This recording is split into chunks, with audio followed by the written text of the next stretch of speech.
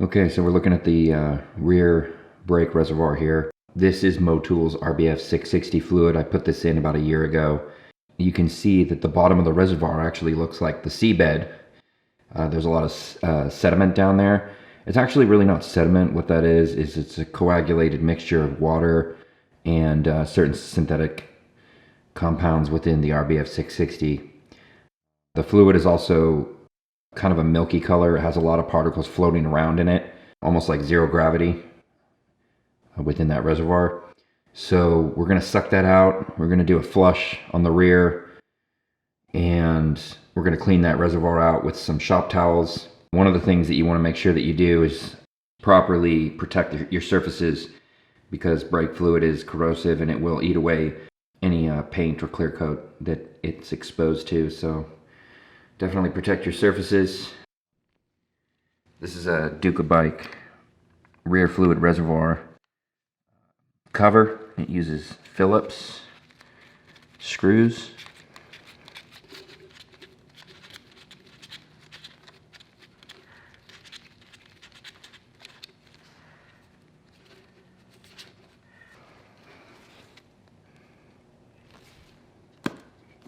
Okay, that just lifts right off of there. Okay. One of the things that you'll notice here is, let me go ahead and get a little focus on there. Most of that sheen and shine that you see in there, that's water. Okay, so first, I pull out the seal, and then I clean it with starting fluid. Pat it down with a shop towel, and then I submerge and clean it in hot, soapy dishwater using Dawn dish soap. And it comes out real nice, right, like this, okay? And then I use compressed air. Okay. So I shoot the thing with compressed air, just a little air compressor, and essentially that takes all the moisture, all the water out, and leaves no fibers behind. So there's a top-down view of the reservoir, and you can see, there's quite a bit of debris in there floating around. So now we're going to go in and we're going to suck that stuff out with a pneumatic brake bleeder. So the brake bleeder, it has this nipple on it, right? You want to go ahead and pull that nipple off so that you end up with a tube, a little sucker tube like this. And then we're going to go ahead and fire that up and suck that stuff right out of there as much as we can.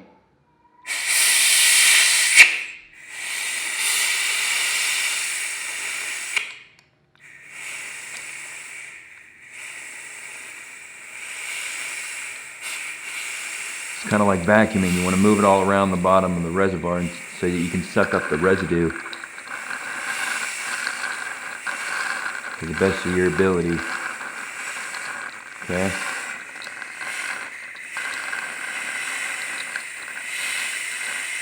Okay. Pretty much got it all sucked out. So we'll just take the shop towel and we'll shove it in there with one finger and just really rub the bottom nicely. Get it nice and clean. Now you can actually remove this thing from the bike if you want to, if it's really bad. I'd recommend removing it and thoroughly cleaning the whole thing, but in this case it's not insanely bad, so we can get away with this, and then we'll just inspect it with a flashlight, make sure it looks real good. We'll run a little additional brake fluid through there and suck it out again before we start the bleeding process. Now I'm going to go ahead and dump just a little bit more brake fluid in there real quick, and then we're going to suck it out from the top just a little bit. Okay. Take my finger, work my finger in there, move it all around, like that. Okay. Get the sides. Okay.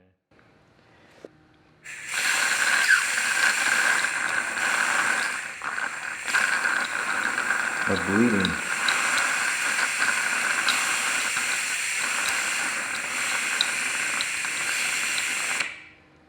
Fill it up. up, top it off, and then we're going to start pulling it through the rear caliper.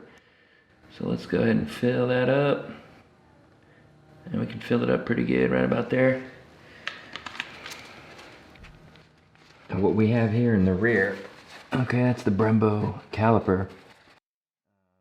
You want to clean that off, you know, maybe hit it with a little compressed air, wipe it down with a shop towel just to make sure there's not too much debris on it.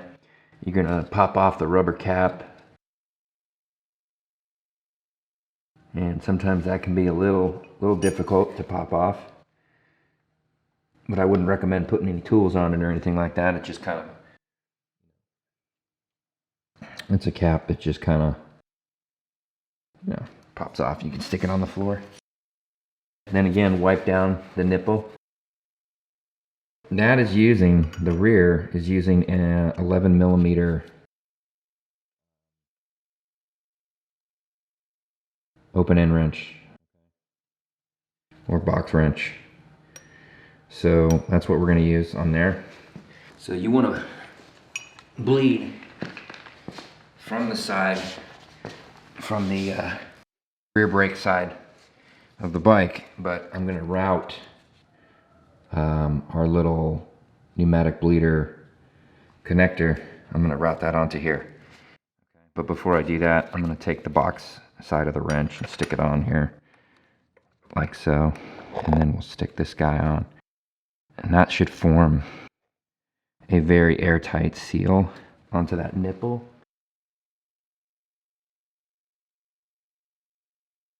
Alright, now we're going to crack it loose.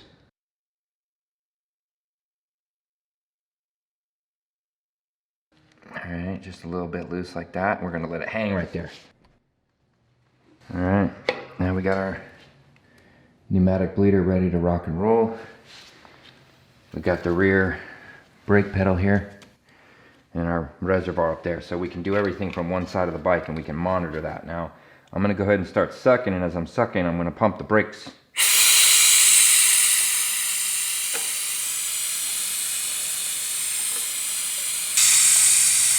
Alright, now it's going real easy now.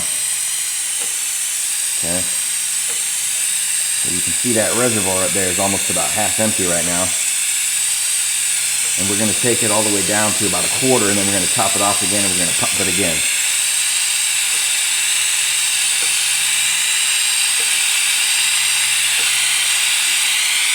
Okay, now we're going to pump it one more, or fill it one more time, and flush it through one more time. Okay, we're full up on pressure now, so we're going to start sucking and pumping.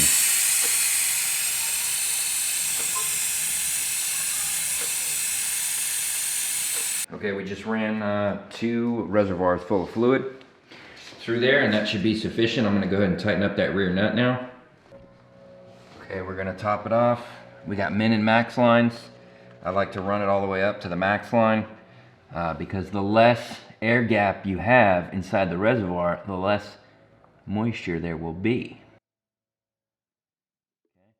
That's on max.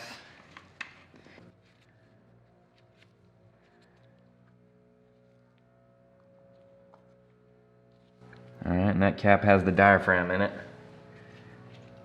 And we're going to drop our screws back in. Okay. Tighten those guys up.